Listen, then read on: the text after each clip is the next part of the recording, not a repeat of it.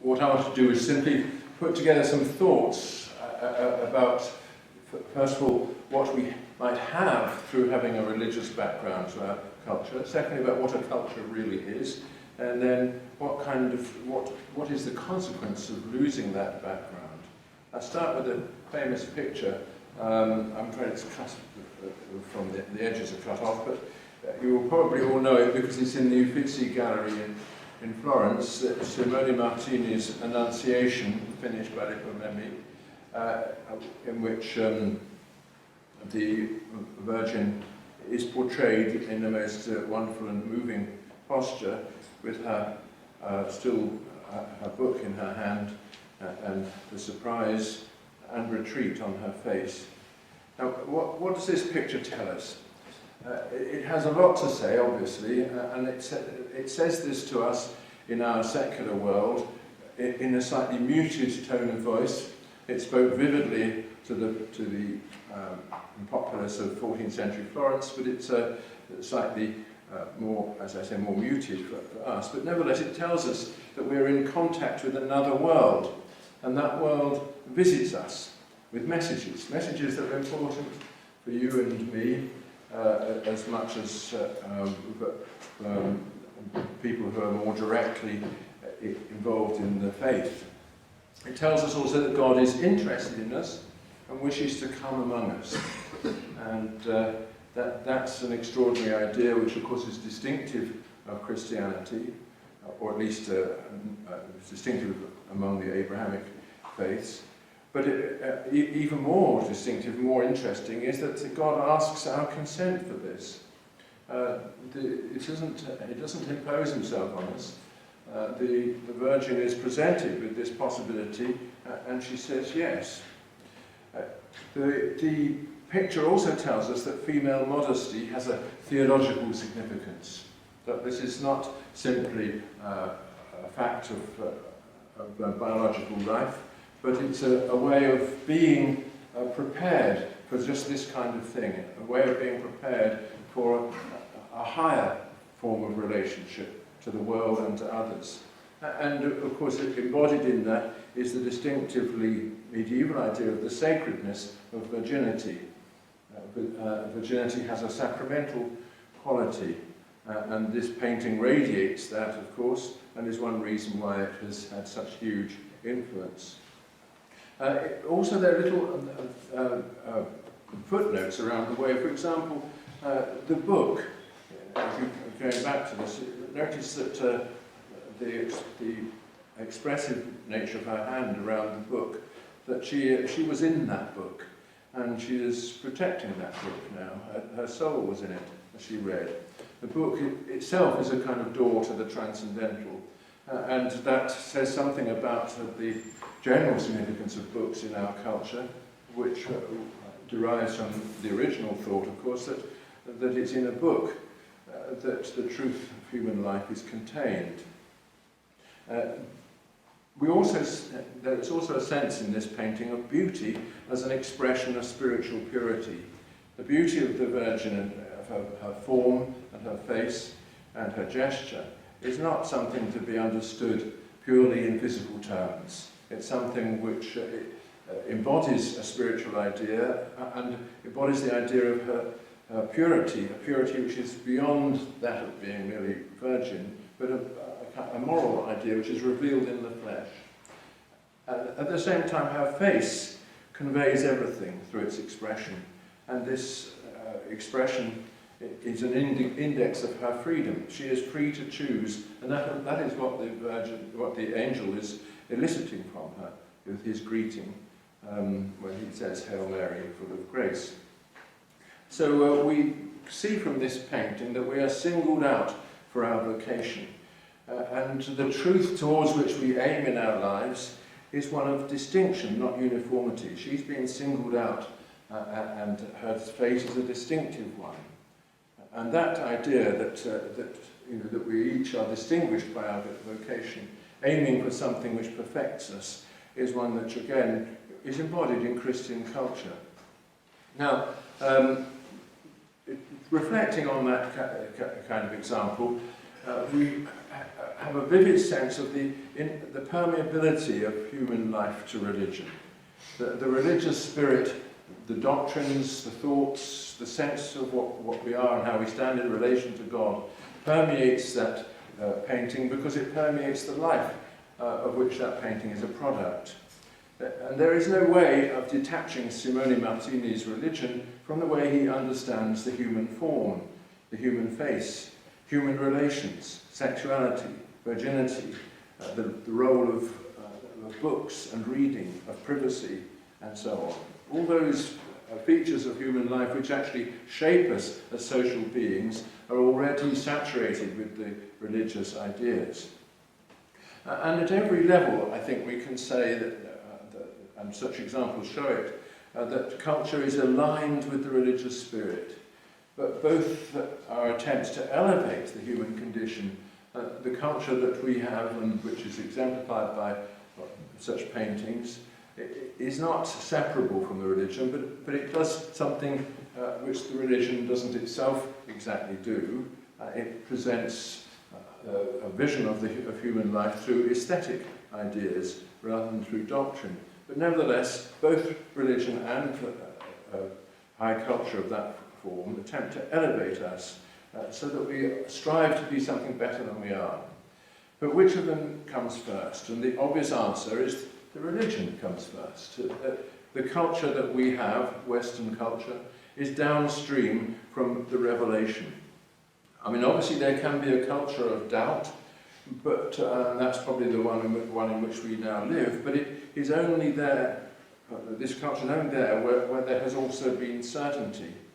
Larkin, in his famous poem, Church-Going, asked the question, what remains when disbelief has gone? Meaning, for a while we hang on disbelieving the things that we were told once to believe. But when we can't even disbelieve them anymore, what is there? What is there, as it were, which anchors our sense of the distinctiveness and the ideality of human life? So the great question is, could we have the culture without the revelation? And in the modern period, and I think by that I mean the early 20th century really, artists had that great question. And many of them worked their way back from either nihilism or atheism or some kind of sense of the emptiness of the secular world around them, worked their way back towards the original Christian revelation and reclaimed it, or claimed it as their own, as it were, as a kind of archaeological discovery. T.S. Eliot is the most famous example of this, working backwards from the wasteland that he describes in the poem of that name to the Christian and nationalist vision expressed in 4 quartets. And of course that was one effect of the war. And I think all of us of my generation, and I'm ancient but compared with most people in this room, but people of my generation were very impressed by T.S. Eliot for this reason. I mean, he seemed to be have actually rediscovered the foundations that we ourselves were searching for and handed them on to us. He'd scraped away all the weeds that had grown over them and said, look, here, you can build again. And some of us thought we could do it. But there's a great question whether we did do it, or any of us, or whether it is really doable anymore. Well, that question points towards another, namely, what is culture? I'm obviously going to have to go quickly through a very difficult question here, a huge question. But just to summarise, I think we'll only understand what is at issue and what is at issue also in the future of humanities departments in our universities if we recognise that there is a radical distinction between common or everyday culture and high culture.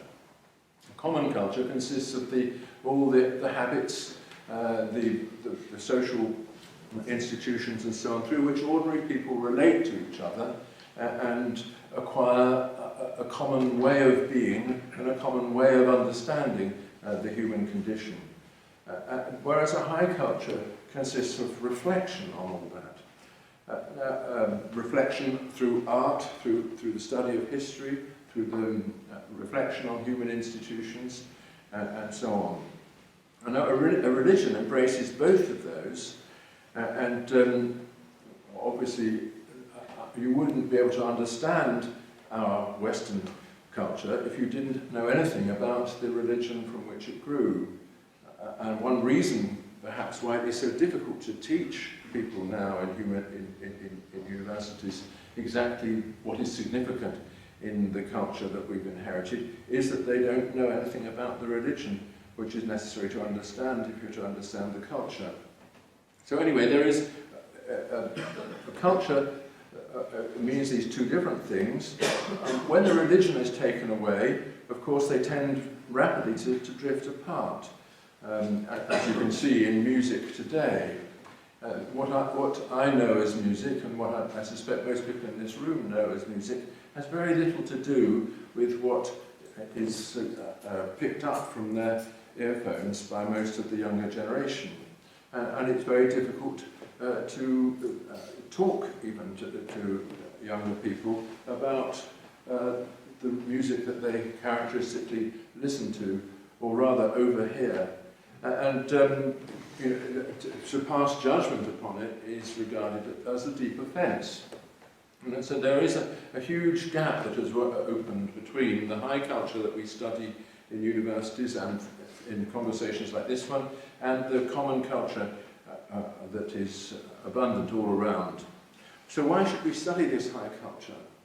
No, as I said, high culture is, in my view, a sphere of reflection. We reflect on the meaning of human life. An ordinary culture doesn't reflect, it just is. It expresses that life without necessarily even making judgment on it.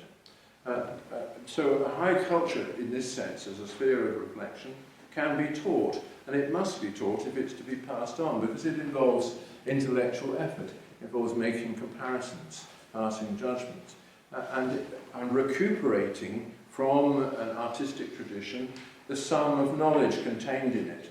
And that's a great question that I haven't time to talk about now, but what kind of knowledge is it? What is the knowledge that's contained in the poetry and music that we've inherited? What kind of knowledge is contained in Bach's Brandenburg Concerti, for instance?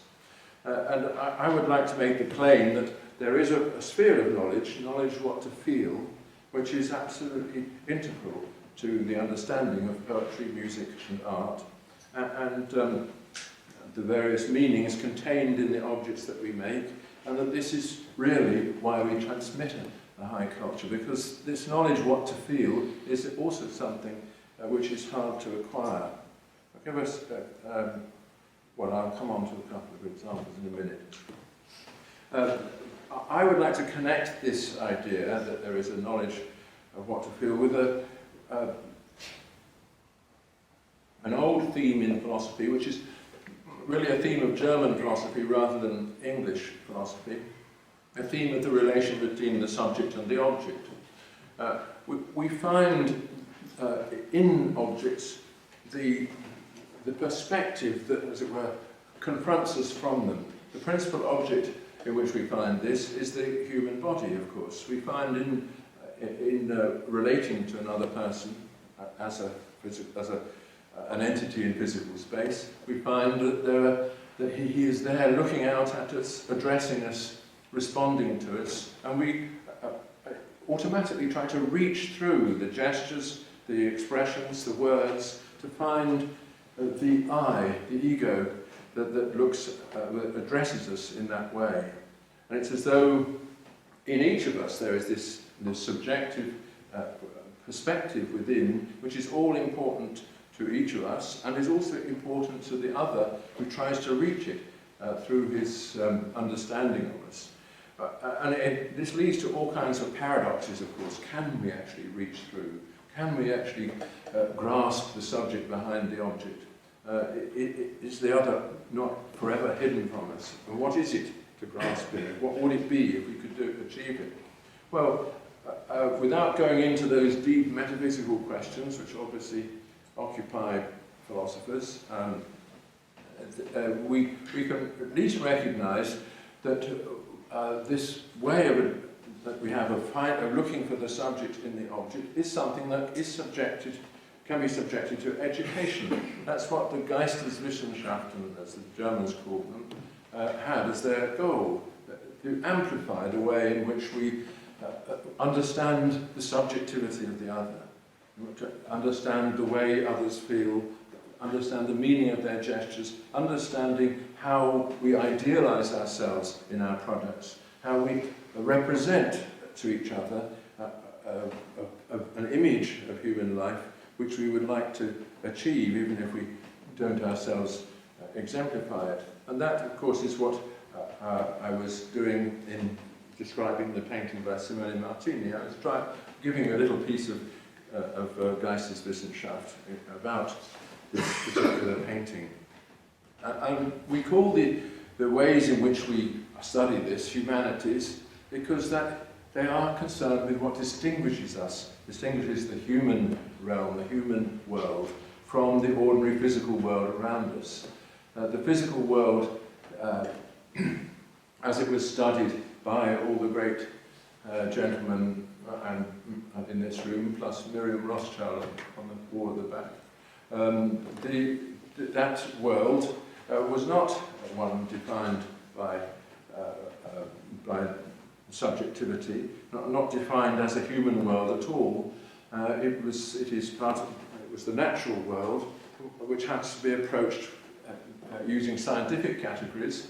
And of course, it was the great advance of Darwin that he found the scientific categories through which we can explain the evolution of physical organisms.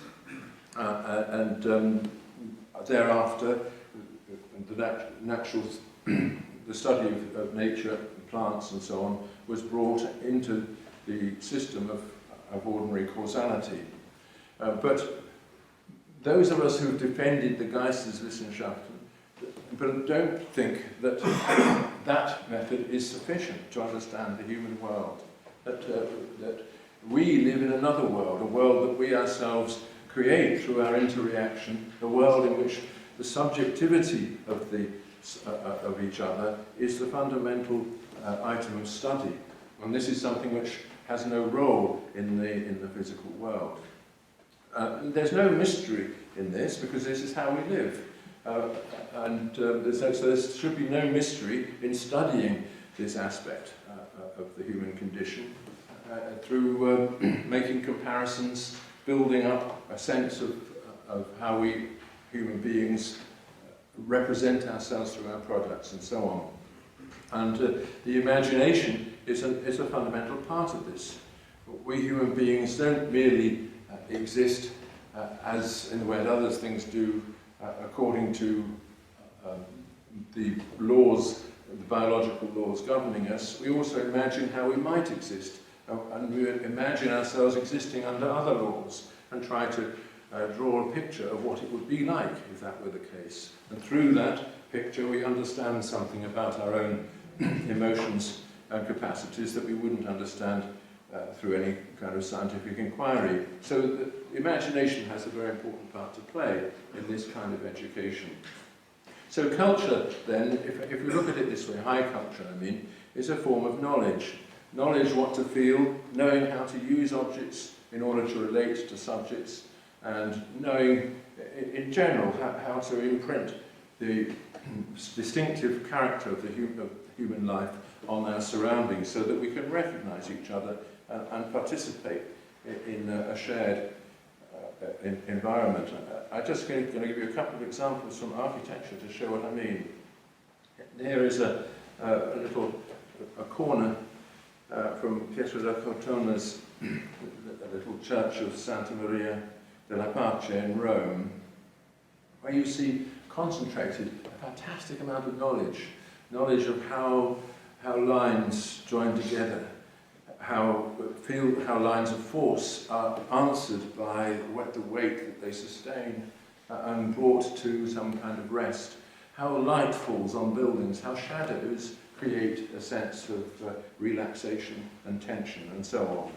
This is not easy to do. It's a lifetime study to know how the forms of classical architecture can combined in that way, and it involves understanding a sense of how part meets part, how one thing is an answer to another, how one thing raises a question that still needs an answer, and so on. It's a form of composition, and much of human achievement is like that, learning how to compose things out of parts so that the whole is a serene and a complex unity. And I contrast it with a characteristic piece of the modern architecture. This is by Tom Main of Morphosis, whose latest project is to build a 1,000-metre skyscraper in the middle of the Swiss Alps. There you see something which is not composed of parts. It's one continuous blob designed at a computer by somebody who doesn't know how light falls on things, or how one part of a building relates to and demands its satisfaction in another, and so on. Even compare with the little piece of classical vernacular next to it, you see how it is an alien presence in the city street, not to speak of its complete its disaster as a functional object. You see, even to clean the windows, you have to stop the street with a boom lid. And it will never change its use, so in 10 years' time it has to come down anyway. So that kind of culture that I've defended, high culture as I've defended it, is something that can be taught. You've just seen an example of somebody who really knew it and had learned it and done what he had to do, and somebody who's acting out of ignorance.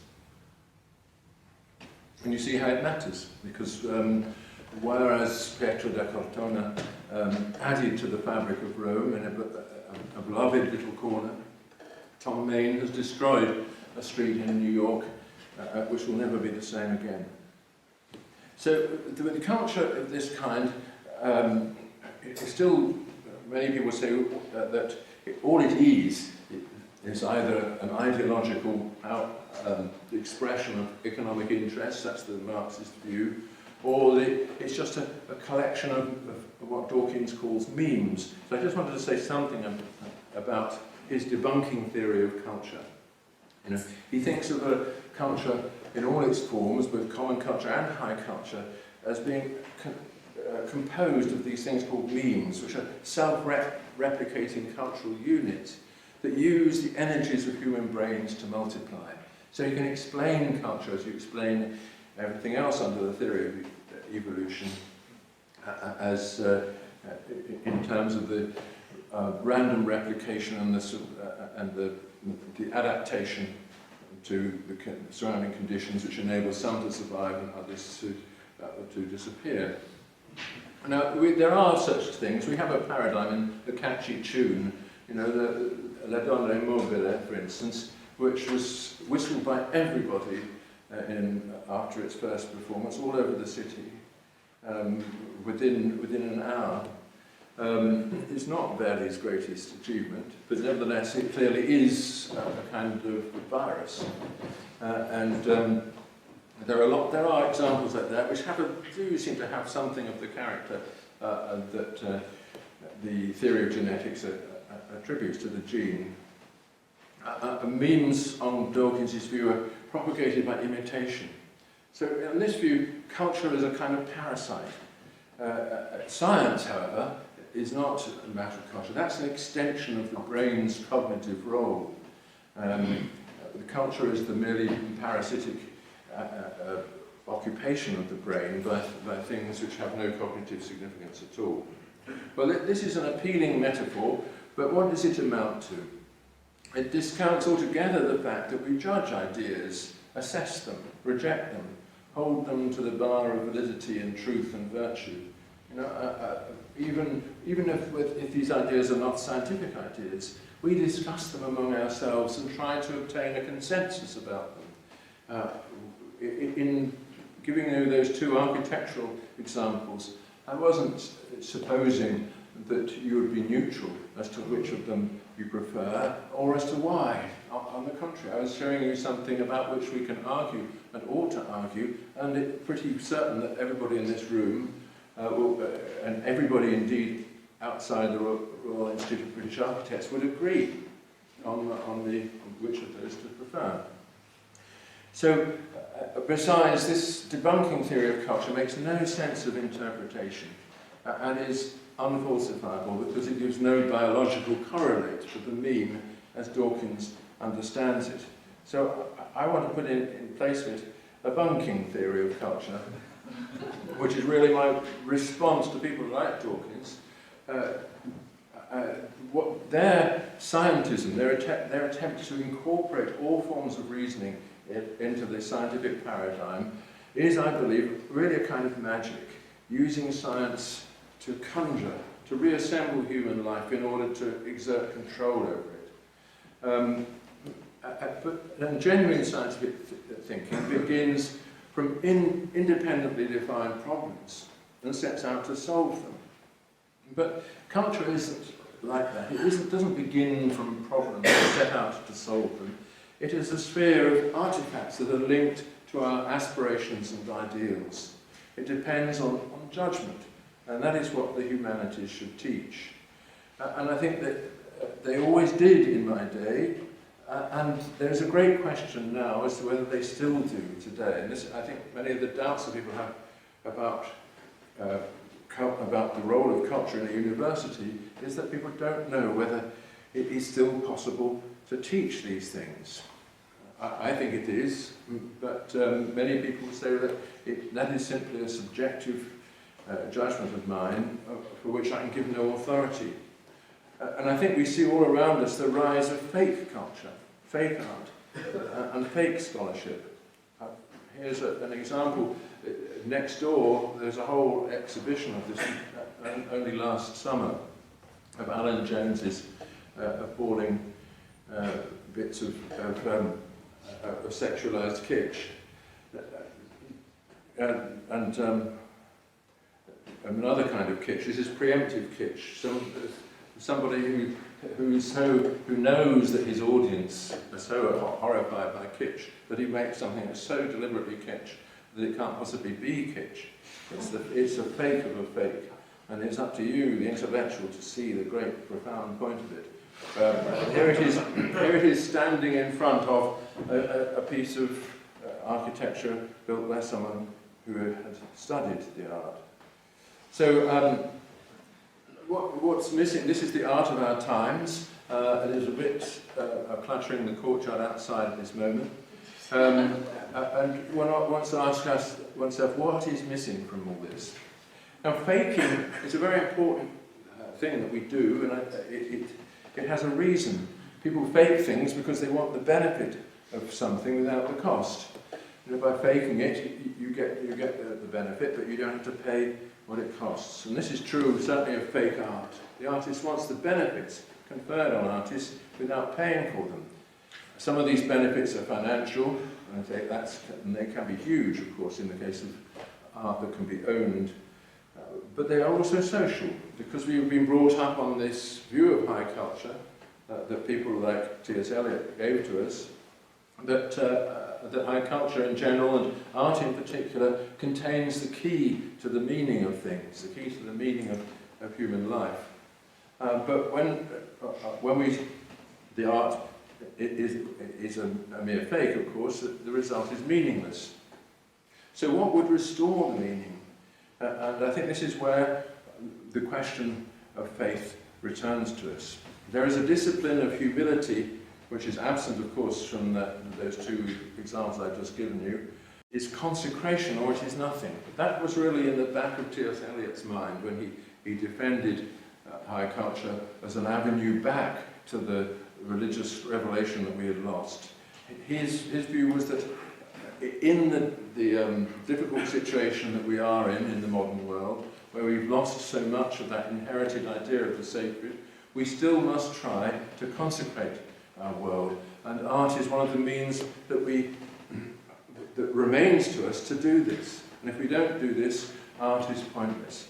It is a nothingness. And I rather agree with that. And I think that shows us why faith matters. But of course you can believe that faith matters without succeeding in obtaining it. And that is the situation many well-meaning people today, including this one. So the things that matter to us stand apart from the world. That is something that I think is implicit in all that I've said about high culture, that we're talking about the ability of human beings to stand apart from the ordinary and to represent the ideal as part of what they are aiming at and part of what they are. And so all of us, even if we lack the fundamental features of faith, the belief in the transcendental creating deity and so on, we still make a distinction between the sacred and the profane. We still have an idea of things that are sacred and which we ourselves attempt to consecrate to others and to life in general.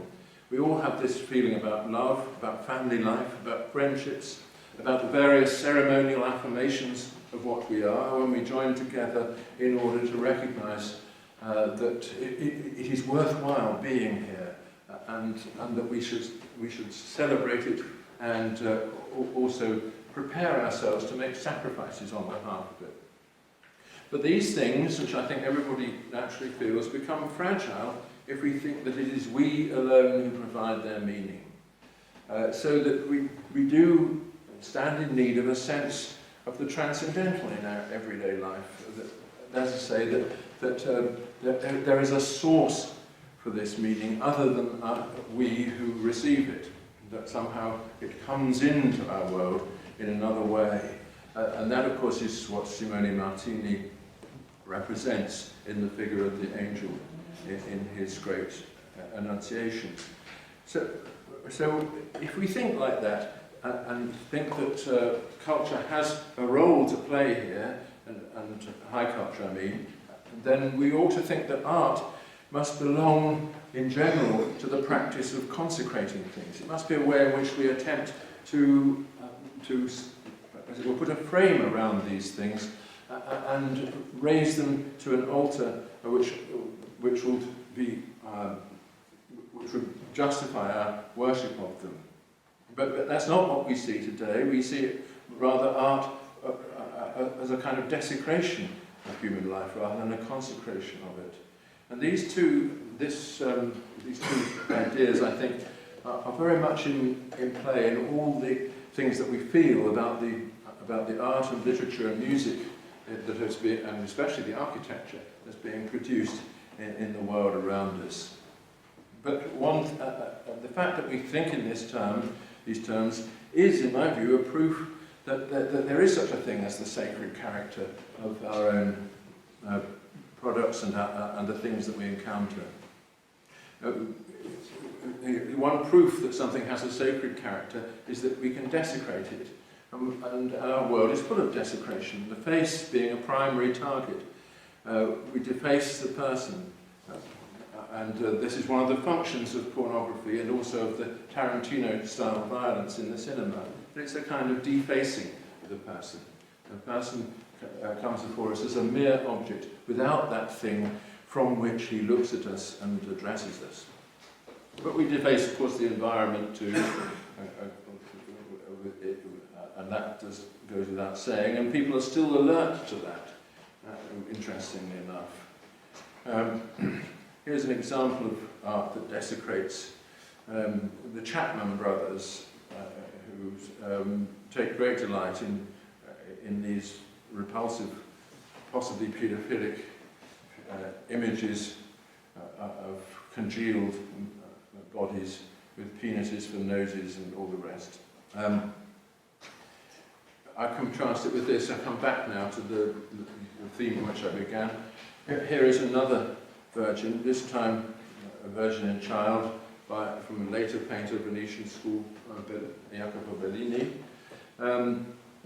in which we see an image of something that is sacred and is made sacred also by the way in which the painter presents it. And obviously, studying such a thing, you're studying something completely different from that Chapman Brothers sculpture, if you can call it that, thing made out of poured plastic. Because you're not just studying an image, you're studying what you see through that image and the whole world revealed in it. And to modern people, of course, it's not an object of worship. You don't worship paintings, nor should you. And nor, for most people, is it an instrument of worship. Let's say it's not something through which we confront the Virgin Mary and worship her. Because this painting has huge significance even for people who don't accept that aspect of the Christian faith. It expresses the sacred without being sacred. And how do we know that? Well, there is obviously a sacred story attached to it, but we don't necessarily believe that story. We can still sense in that painting an expression of the sanctity of not just of the Virgin Mary, but of what she represents, of the relation between mother and child, of the coming into this world of the divine, and so on. And the artist wants us to look beyond what we see, and also to see the beyond in the immediately present. And that is surely one of the functions of high art of this kind, that it doesn't simply say that there are truths about the transcendental. It says that those truths are about this here, now, about the immanent. You find this in the world, and the blue of that cloak is in this world, but somehow not of it. It's one of the greatest pieces of blue in the whole of the human environment. But we don't know exactly why that is so, but it is. That blueness, as it were, brings into the present something which isn't itself of the present. And the tenderness of the mother is at the very edge of what a mother can reach. It points beyond the one-sided boundary that surrounds all our lives, the boundary of our own possibilities, to something which is more godlike, and which we cannot reach except in thought. We can't pass through that boundary, but it's, as it were, it's as though we're standing at it when we look at that painting. And I think that's it. Yeah.